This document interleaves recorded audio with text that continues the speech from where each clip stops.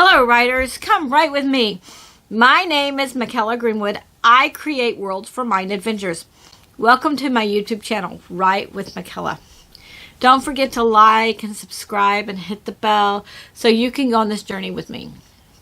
Before we get into today's video, I want to congratulate those of you that finished the Nano Wrimo challenge yesterday on November 30th and were able to write 50,000 words during the month of November. I'm sure some days were tough, like November 23rd and 24th because of Thanksgiving and Black Friday. So leave a comment below on the word count you ended the challenge with.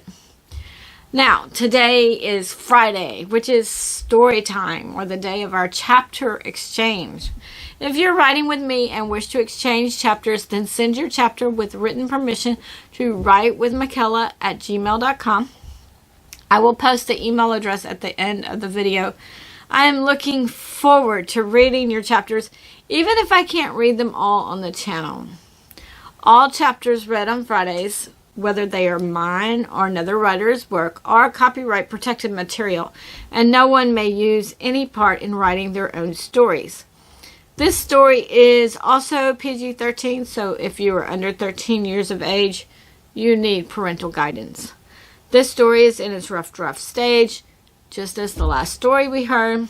The title of this story is Tajiia, and today we are reading chapter 17. If you would like to read along, then send to the email I stated above or earlier and request a PDF of the chapter. Make sure you're specific about either City of the Ancients or Tajiia and which chapter. Now, let's start. Tajiia, chapter 17. Battles of Mind and Will.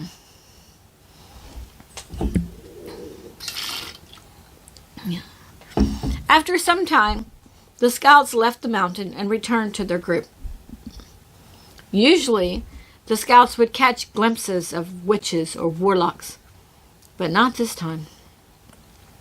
They felt they had gone through all the passages because they didn't know about some of the secret passages, and because it got a little confusing as to excuse me, which passages they had traversed and which ones they hadn't. The commanders discussed things. They knew they had lost the tracks of the group, but then they found the tracks again a day and a half later. And they had followed tracks most of the way to the mountain pass. "They're not on the plains," stated one commander as he motioned behind himself. "We would have seen them."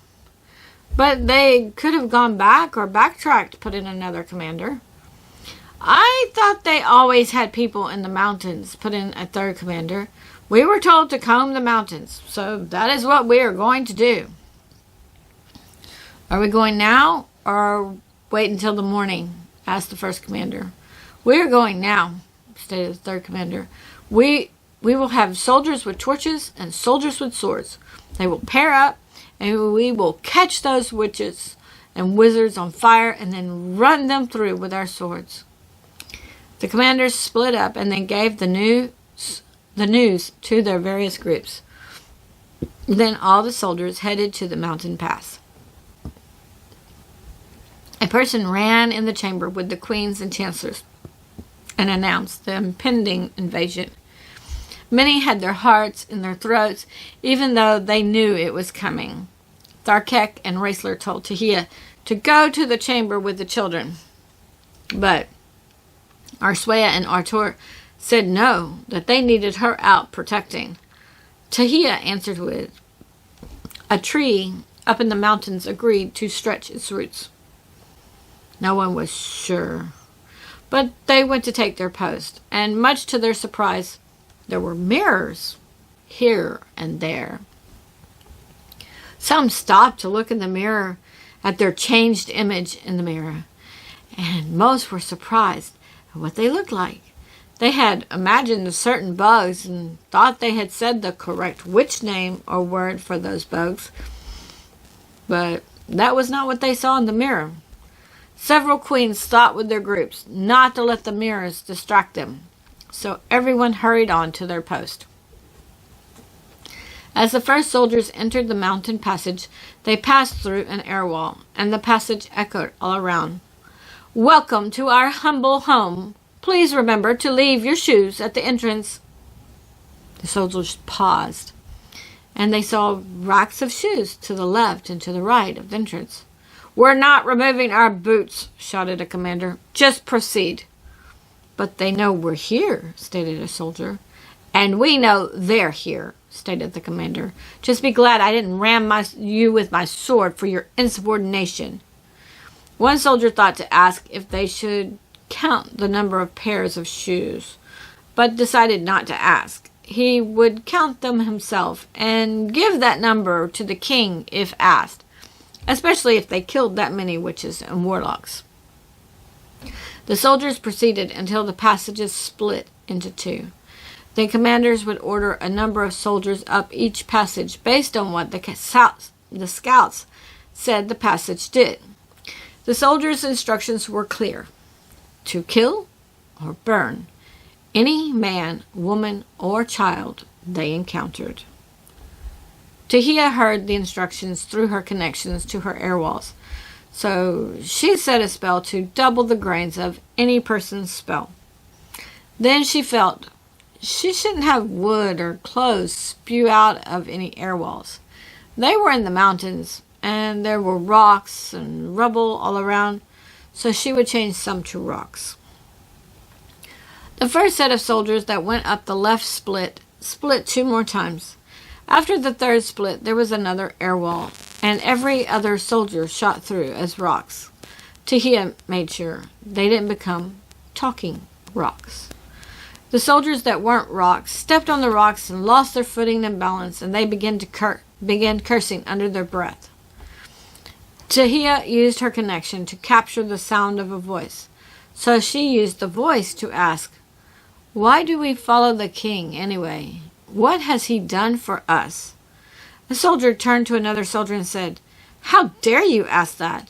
Do you know what would happen to all of us if we don't rid ourselves of these monstrosities?"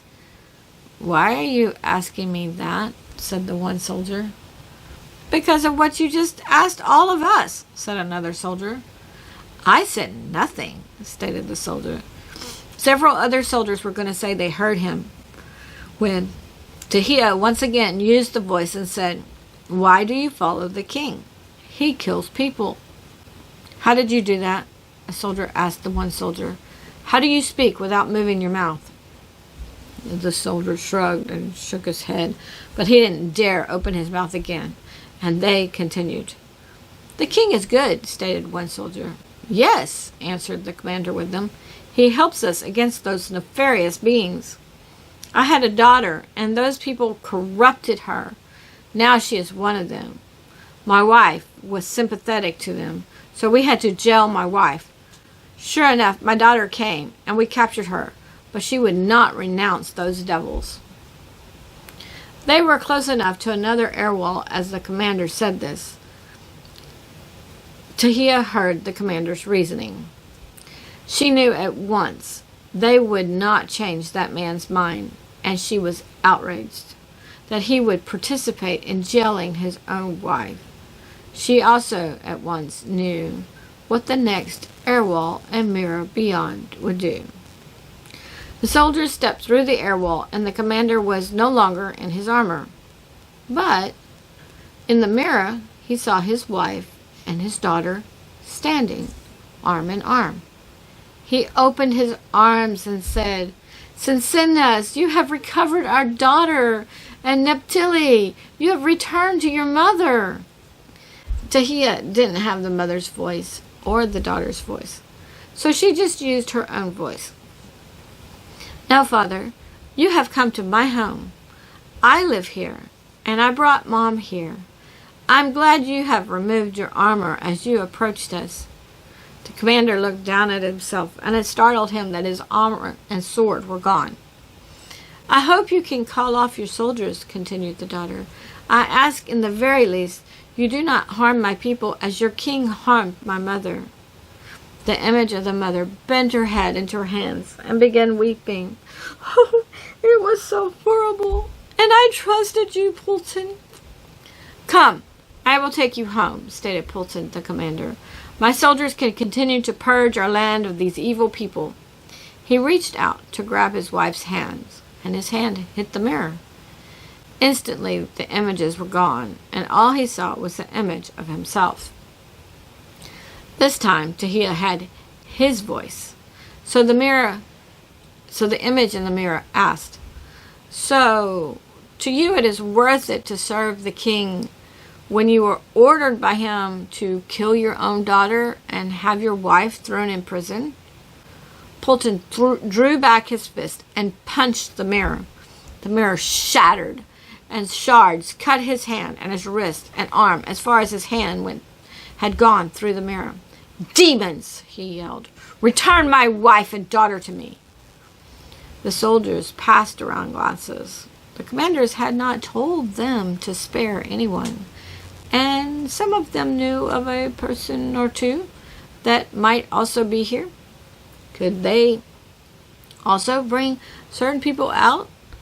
Would those people be safe? Or would the king have them executed once they brought them back? Questions were now forming in their minds. There was no response, so the commander shook his hand a bit and ordered his group to keep going. He wiped blood from his hand on his clothes a few times. In the chamber, Tajiia opened her eyes and asked Arswea, "Do we have Neptili and Sisinus with us?" Arswea looked at Chancellor Wyckolt. "I have checked off all of your people," stated Chancellor Wyckolt, "but I don't remember those names." "Neptili is one of my witches," stated Phaedra. "Sisinus. That name sounds familiar." Chancellor Kinnan spoke up. "We don't have a Sisinus, but I think that was Neptili's mother." Oh, yes, you're right," replied Phaedra. "She died some years ago. King Pomodestone had her burned at the stake." Artur saw visible anger on Tajia's face. "Tajiia? We cannot—" "I know," said Tajiia, "but we did not kill her. But this man will hold us to blame." Arswea got Tajiia to tell them what was going on. So Tajiia related to them what she had learned from her airwalls and what she had done and the questions she could feel building within the soldiers around Commander Pulton. Then Tajiia told them that getting the soldiers to leave and go home was not enough. She told them her ideas to make the soldiers think they were dead, but felt since the king didn't know how many people they had, he would never believe they were all dead, especially if she didn't drop the protections on the villages. Everyone could see her reasoning, so they discussed the different ideas that they had about helping the soldiers to stop fighting for King Pomodestone. After several suggestions, Phaedra said, "Neptili witnessed the soldiers burning her mother, and she couldn't help the mother. If only there was a way to go back in time and have her father witness the burning as well. I think Commander Pomodestone sent him on errand, and he might not know she is dead." "But now he thinks she is here," put in Arswea. "Wait, how did you know what they looked like?" "He saw in the mirror what he pictured them as," stated Tajiia. "Undoubtedly," several nodded and several said, "Yes, that's human." One person said, "You have a good vocabulary." "Undoubtedly, Neptili is not a 14-year-old girl anymore." Arswea looked at Chancellor Wyckolt. Chancellor Wyckolt nodded his head once. "We will definitely add that to the test." Tajiia glanced between them, and then she closed her eyes once again to pay attention to her air walls and their results.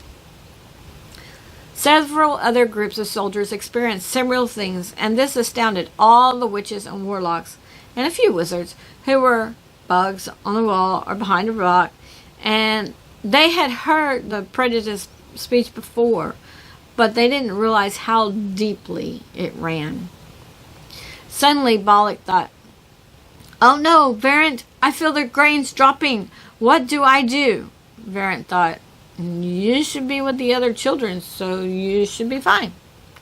He's not with the children, thought in Tajiia. I just put an invisibility bubble over you. It's small. You will have to stay squatting. Varant thought in. You haven't passed enough tests to be out in the halls, Bollock. Where are you? I will escort you back to the room. Bollock changed back to his normal form, but he stayed squatting, and he saw people coming around the corner. At the moment, he couldn't think of any words in which, because he could see his older brother among the soldiers. He didn't want his brother to see him, so he stayed crouched down. A couple of soldiers' boots hit the air wall, but to them it looked like a large rock, and so they just moved on around after cursing under their breath and saying things like how these deplorable people couldn't even tidy things up, and they lived in total squalor. Thanks, Tajiia, thought Bollock. And Varant, I don't want to go back to the children's room. I want to be out here with Tajiia. Tajiia thought in. I'm not out there. I'm in a room with queens and chancellors. Varant thought. Tajiia, are you receiving my thoughts directly, or are they going through Bollock? Tajiia thought in reply. I can receive and send thoughts to all in Artur's original group after the rescues. I'm working on others, but only a few at a time. Varant thought, is Bollock the only one out of the room? Where are Ozzy and Allah? Merc, are you getting this? Tajiia thought to him that none of their original group were in the room. Varant asked her to think with Arshwaya the situation. The queens and chancellors decided that, although they shouldn't be out, it might be too hard to return them to the rooms behind the hidden doors with the soldiers all throughout the tunnels. Tajiia then thought to mentors to get closer to those mentees so they could do the invisibility bubble if necessary. Then Tajiia needed to concentrate again because some soldiers were coming upon places where tunnels merged back together. Here and so far, the soldiers hadn't found any hidden chambers, but the voices and mirrors had damaged the resolve and morale of many. When two groups came upon each other, both groups came to a halt, and both groups drew swords. Commanders were shouting to the opposing group that they weren't going to fall for any more tricks, and if the soldiers didn't show themselves as they truly were, then they would deal with them immediately. Neither side changed back. So both sides charged the other, and some immediately killed others. But then a sword clanged against a sword, and commanders called a halt to the battle. Stand down, yelled a commander. Then he motioned to the other side and said, he or she will return to their normal form in a few minutes. They can't use magic once dead.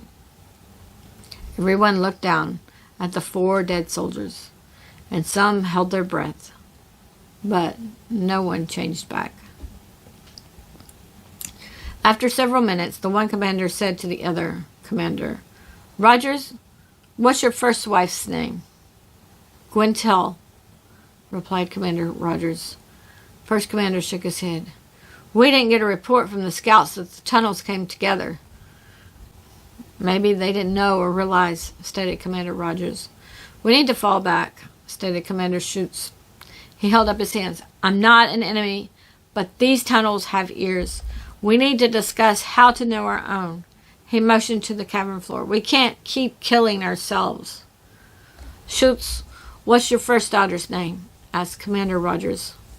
Kamali, replied Commander Schutz. Okay, I agree, stated Commander Rogers. I know we are not supposed to retreat or fall back until all in the mountain are dead, but you are right. We can't keep killing ourselves. So the soldiers left the mountain tunnels after several discussions of identifying their own people, and they headed back to their camp. At the camp, the commanders gathered together and discussed what to do. After the soldiers retreated, the mentors escorted their mentees back to the hidden room for mentees who had not passed their 12th test. Chancellor Wildcarl met them there. The other chancellors are on their way, and we will record test. I know we're not in the tree, but if you want to be out there, then prove to us that you should be out there. Arshwaya and the other chancellors entered the chamber, followed by the rest of the queens. Arshwaya said, "Some of you that traveled with Tajiia have taken tests that we haven't added yet, but some of our normal tests are basics." Soon the chancellors spread throughout the room, and the students under them gathered around them. The queens, matching to the chancellors, were going to witness and help record. Tajiia was not with them. She wanted to know what the soldiers would discuss. Artur had several ideas of what they would discuss, and he told her those ideas. After a couple of hours, the soldiers headed back in the mountain tunnels. The soldiers heard the voice again, welcoming them and asking them to remove their shoes. The commanders did not speak. They just made a few motions and continued heading in.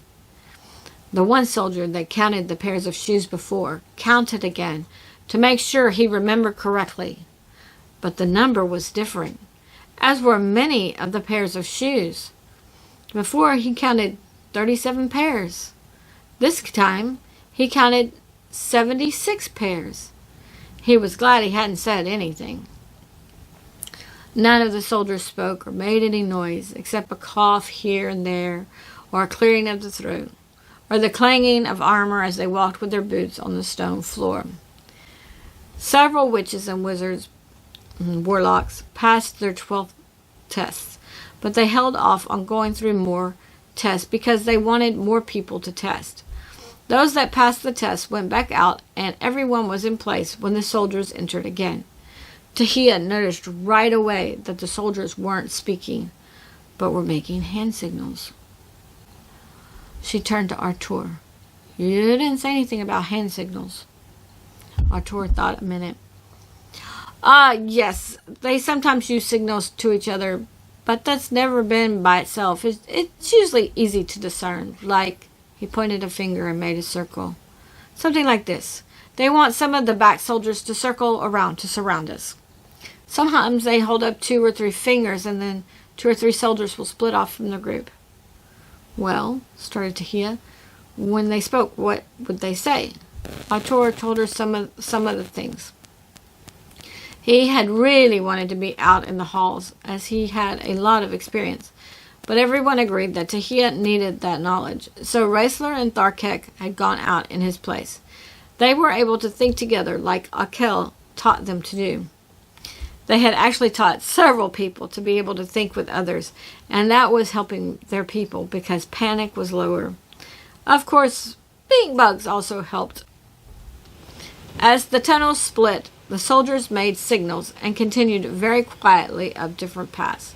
Once the one group passed through the air wall up the third left split, Tajiia used a voice she had used before and said, "This feels rather spooky to not talk."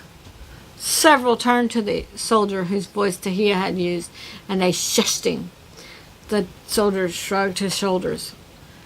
Commander Poulton made several motions. Then his group heard, "Listen, this group is the reason I'm not with my wife, so..." Commander Poulton stopped gesturing, and he looked around. Then he motioned for them to continue. Balak thought to Tajiia, "How do you capture a voice? I want to capture my father's voice. I want to say something to my brother."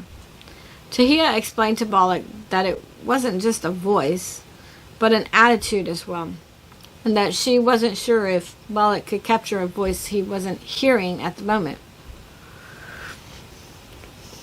Then Tajiia thought to him and all the others she had connected to with the words in which to capture a voice. Several witches and warlocks thought in for Tajiia to repeat the words several times, and Artur thought in for them to remember the grains, if those were necessary. The tunnels filled with talking because Tajiia added words to capture voices from their past experiences of hearing voices. Wagler even captured a distinctive voice of a castle guard, which confused all that heard the voice but Commander silenced all speech with their gestures. Tajiia thought Balak had another good idea, but she was getting frustrated with all the gesturing. Arswaya put her hand on Tajiia's arm. Dear, I know we don't want to fight, but we can't just let them kill us. We will have to fight. Now, I can tell you that our witches, warlocks, and few wizards will quickly learn the gestures. So, at this point, you must trust our people. Tajiia nodded her head once to show her understanding. The next several hours, the soldiers spent infiltrating the pass in the mountain until witches, warlocks, and a few wizards ran out of grains on their spells. Many were ready with a spell. Some were in a nook or around a bend in the tunnel and not spotted right away. A few had been high up on the wall, and they suddenly appeared and rolled down the wall, which startled whatever group of soldiers was near them. The sudden appearance and unexpected motion startled the troops, and that gave the witch or warlock the opportunity to say the spell to become a bug again. The commanders motioned it was a trick and to keep moving. Several soldiers knew they had actually felt something, but they didn't say anything. They were getting spooked. Tajiia did what she could with the swords and armor, so that when soldiers walked through her air walls, some swords became sticks or twigs, and armor became normal clothes. This made it easier to face the soldiers. Waggler didn't think an elephant would fit in the tunnel, so when he saw the soldiers around the corner with sticks, he changed into a dog. He started barking and charged around the corner. A couple of soldiers raised their sticks, but the rest of the group turned around and ran off.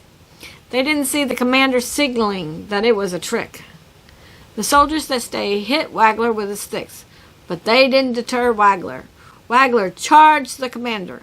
He jumped and he lunged for the throat, but he couldn't jump like a dog, so he hit the commander in the stomach, and the commander fell back. Waggler used his paws and broke the buckles on one side, and then he clamped down with dog teeth. The commander hollered in pain, and Waggler changed back to his normal self. He was spitting out his bite of the commander's flesh, and he spit several more times. Ew, that was gross. Then he glanced around himself. The soldiers had stepped back and assessed what just happened. The commander was bleeding where the dog or warlock had bit him, and the commander lay curled up slightly. He also wasn't moving very fast. This pause gave Waggler the time he needed. He automatically said the spell to change his shape, and he inserted Elefantin. The next thing the soldiers knew, a huge elephant filled the entire width of the tunnel. The elephant was between the commander and the three soldiers. The three soldiers hit the elephant with their sticks, but Waggler barely felt anything. Waggler decided earlier to go for the commander, and he faced the commander now. So he raised up on his hind legs, bumped his head on the ceiling, and came down on the commander. As Waggler raised up to come down on the commander again, the commander was scrambling backwards. The commander was in intense pain, but the mad elephant inspired him to move back out of the way. He shouted, "Aid one, man down!" Several other groups heard the voice in the hall, but their commanders were gesturing that it was a trick. But they paused and wondered if it was a trick.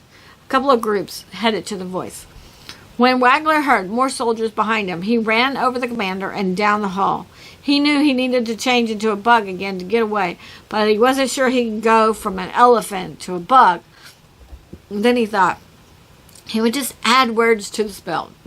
He thought, I just need to say something like, I want my temporary being of an elephant to temporarily replicate the being of a bug inside and out with grains.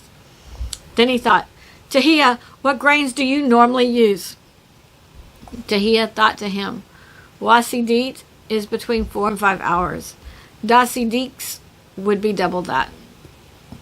Many people were getting Tajiia's thoughts, but didn't know what was going on. But they latched on to the numbers that they were getting. Waggler didn't really think about the time. He latched on to the second number and inserted that number for the grains. He rounded another corner and came upon another group of soldiers as an elephant moments before he finished saying all the words in which to the spell. The soldiers jumped back and then stared at the air. It was fairly dark in most of the tunnels, so they didn't see the nondescript black bug. They gestured to it. each other what they just saw, but none knew. The soldiers with the commander that Waggler bit were trying to see the wound, but they didn't have a torchbearer until one of the groups came that heard the commander's cry for help. Then the soldiers saw that the dog, or warlock, had bitten the commander near the side, but guts were hanging out. One of the soldiers from the second group gently pushed the guts back in and pulled out some horsehair to start sewing the commander back together. "What happened?" asked a soldier from the second group. "Shh," said several. But Tajiia already had the commander's voice, and she used it for other groups. Several surrounding groups ignored the cries, but several ran to help. And most often the group they ran to didn't need the help like the first group had. And since they didn't know what happened in the first group, the soldiers started realizing that the people in the mountains were tricking them. Now, Tajiia felt she had an advantage. Okay, writers, that is the end of chapter 17. How would you face down these soldiers? Would you want to change their armor to clothes? Would you want them to be small? What images would you use in the mirrors? Now, as I was reading this, I realized that I changed some armor to clothes, but then the Commander Waggler bit had buckles on the side. So I will need to clarify that either that commander still had armor, or I need to delete the detail about the buckle. I also read over several mistakes. I don't think I actually spoke the mistakes. I just kind of knew that, okay, I need to edit that word, when I make another pass. But like I said, this is a rough draft. Not as rough as the cave that we read on Tuesday. That one was really rough. But anyway. Another question I have for you is, what did you think of Bollock being out and then realizing that all of the people in Tajiia's original group were out in the mountain tunnels? Would you have these characters out in the tunnels or sitting in a room for children and mentees? I mean, if you have people that are in a group and they want to help and not just sit back and wait for everything to happen, would you have them go out, or would you have them be too scared to go out? What would you do? Join me Tuesday to discuss dichotomy and turpitude. Join me Friday for chapter 18 of Tajiia, Severed. Visit my website, bymykela.com, and read some character bios. Leave a comment below on which characters on the website are your favorite so far. You can say website favorite and then the character. Or if you're wanting to say a favorite from Tajiia or City of the Ancients, you can do that as well. I hope you are enjoying writing your stories as much as I am. Don't forget to share your stories by sending them to WritewithMykela@gmail.com. That's the chapter exchange part. When you share your chapter with me, no polishing is required. I mean, just look at all these mistakes. I had mistakes in City of the Ancient. I had mistakes in the cave. I have mistakes here. This is not a published work, and it's not going to an editor. If it was, the editor would find some of this stuff. So no polishing required. Just send it in, and let's just exchange chapters and see what each other does and how we interpret the plot and all that kind of stuff. It's just, let's have fun. Don't forget to hit the like and subscribe and hit the bell so we can continue to write together. Thank you for joining me today. I really appreciate your participation. If you know someone who would like this video, then please share it with them. This is Mykela with Write with Mykela. Bye for now.